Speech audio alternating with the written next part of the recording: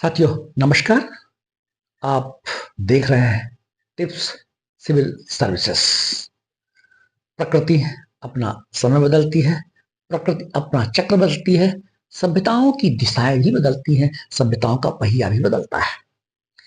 किसी समय में मोटे अनाज को गरीबों का अनाज कहा जाता था, कोदो और कुटकी को गरीबों का चावल कहा जाता था। आज वही कोदो और कुटकी छोटा राइस के रूप में, डायबिटिक फ्री राइस के रूप में तमाम बाजारों में और देश दुनिया में ब्रांडिंग करके बेचा जा रहा है। नाम भी दिया गया है सुपर फूड, श्री अन्न, विश्वामित्र, आधुनिक स्वास्थ्य के लिए प्राचीन अनाज। बड़े सुंदर सुंदर नामों से नवाजा जा रहा है क्योंकि आज इसकी आवश्यकता भी है। वर्ष 2023 में संयुक्त राष्ट्र संघ ने मोटे अनाजों को प्रोत्साहित करने के लिए मिलेट वर्ष घोषित कर चुके हैं। हमारी भारत सरकार ने 2018 में ही मिलेट वर्ष घोषित कर लिया है। मिलेट्स मोटे अनाज मतलब जिसमें ज्वार, बाजरा, रागी, कोदो और कुटकी, ये बहुत सारी विशेषताओं से भरपूर है। इन्हें गेहूं और चावल से ज्यादा पौष्टिक माना जाता है। इसमें बहुत सारा फाइबर जो हमारे डाइजेशन सिस्टम के लिए अच्छा होता है।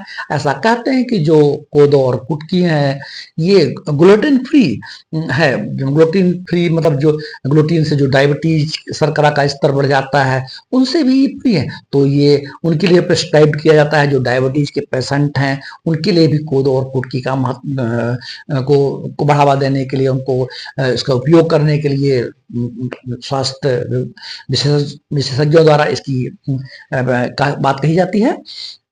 तो इस तरह मोटे अनाजों को प्रोत्साहित करने के लिए भारत सरकार ने इसको प्रधानमंत्री श्री अन्न योजना नाम दिया है।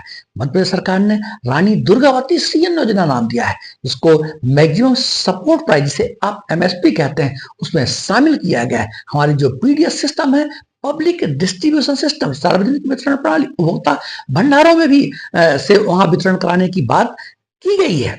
इस तरह हमारे जो मोटे अनाज हैं आज हमारे लिए ये सुपर फूड का काम कर रहे हैं, हमारे लिए रेसिपी का काम कर रहे हैं। और इस तरह हम मोटे अनाज की हमारी आज आवश्यकता भी है, आज हमारी व्यवस्था भी है। हमें पता होना चाहिए कि 1 किलो चावल पैदा करने में 3500 लीटर पानी की आवश्यकता होती है। पर्याप्त मात्रा में मीथेन गैस दलदली क्षेत्रों से निकलती है। मीथेन कार्बन डाइऑक्साइड गैस से 25 गुना ज्यादा खतरनाक है, जिससे हमारी ग्लोबल वार्मिंग और जो क्लाइमेट चेंज, जलवायु परिवर्तन की तमाम बातें की जा रही हैं, ओजोन का क्षय, ग्लोबल वार्मिंग, इसके लिए मीथेन गैस भी जिम्मेदार है। इसलिए अब आज की आवश्यकता है कि हम मिलेट्स की ओर, मोटे अनाजों की ओर बढ़ चले। प्राचीन काल से ही हमारे यहाँ ये खेती होती आई है। हमारे जो प्राचीन कवि थे, घाघ, भड्डरी, हम सब ने इनका नाम सुना हो।